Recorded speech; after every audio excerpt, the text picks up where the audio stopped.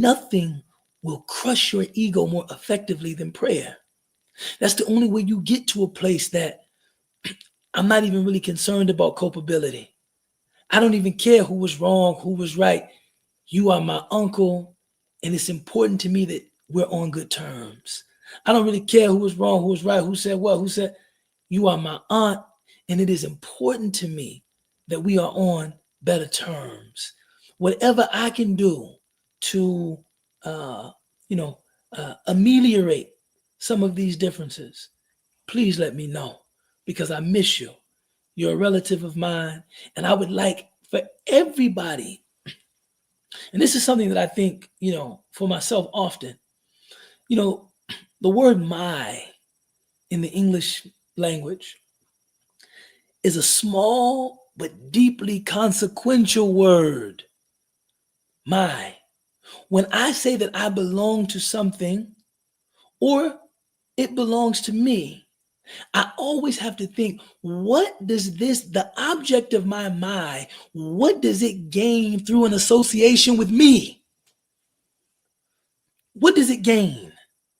And I would like to be able to say on Yom Kippur, anything that I put that word in front of, it gained virtue from me, understanding from me, forgiveness from me, kindness from me, beauty from me, right? What did it gain through being associated with me? Revenge, vindictiveness, anger, frustration, hatred, rancor, enmity.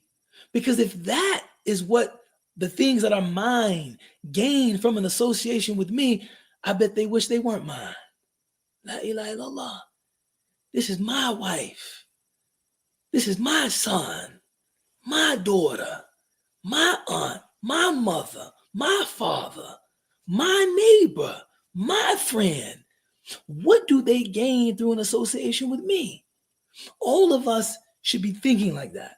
But the only way that you can center what you owe people and not what is owed to you is through a commitment to prayer, through a commitment to refining that nafs.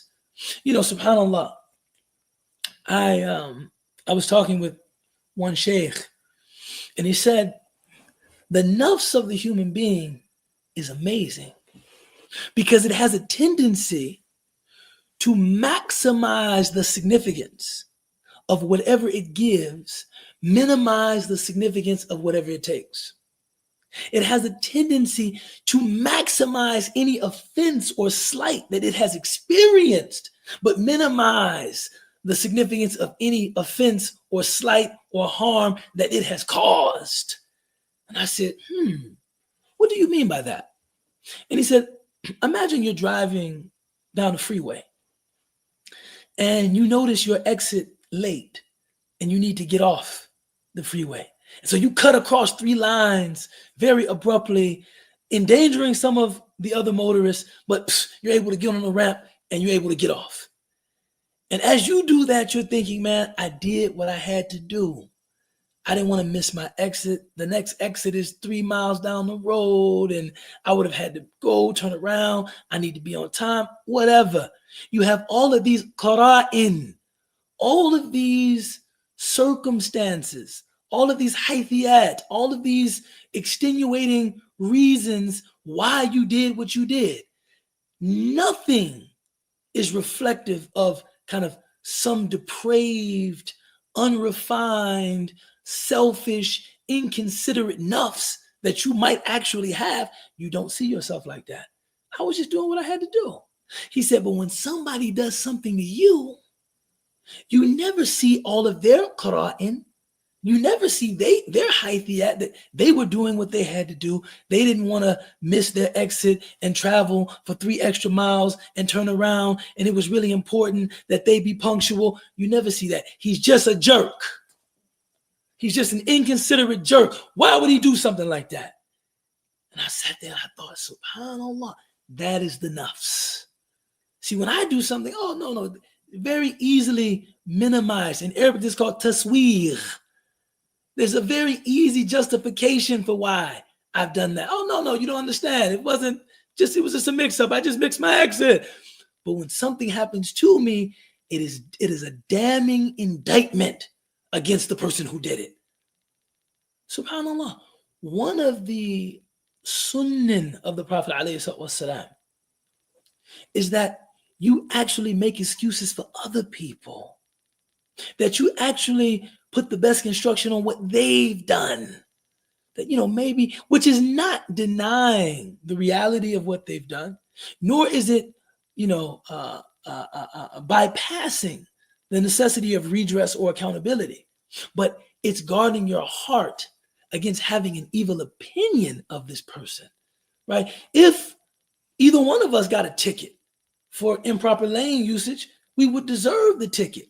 But what do you think about the person who did it? And we should pay the fine. But what do you think they're just an inconsiderate jerk that just didn't care about the lives of everybody else on the road because they're so morally depraved? Or is it just like you, somebody that, at the last second felt like they did what they had to do? That is a deep sunnah of the Prophet ﷺ that many of us neglect. And this is why we experience the turmoil that we do in relationships. If we could just give people the excuses that we give ourselves, it would be much easier to see them as flawed, wrong, but possessing moral integrity. I see you as flawed. I see you as wrong. And there must be redress. But I don't see you as a person that lacks integrity as a Muslim, as a man, as a woman, as a family member, as a father, as a son, as a mother, as a daughter, or any other, as a husband, as a wife. But these are things that are hard to do because our nafs, our egos are deeply habituated to seeing other people like that, castigating them and protecting our fragile self-image. No, through prayer, through a commitment to disciplining the nafs, you can become an understanding person. You can become a forgiving person. You can become a tolerant person. You can become a person that chooses to accentuate the positive, minimize the negative. That can happen, but we have to be intentional about it. These are prophetic ways of being that we neglect at our own peril.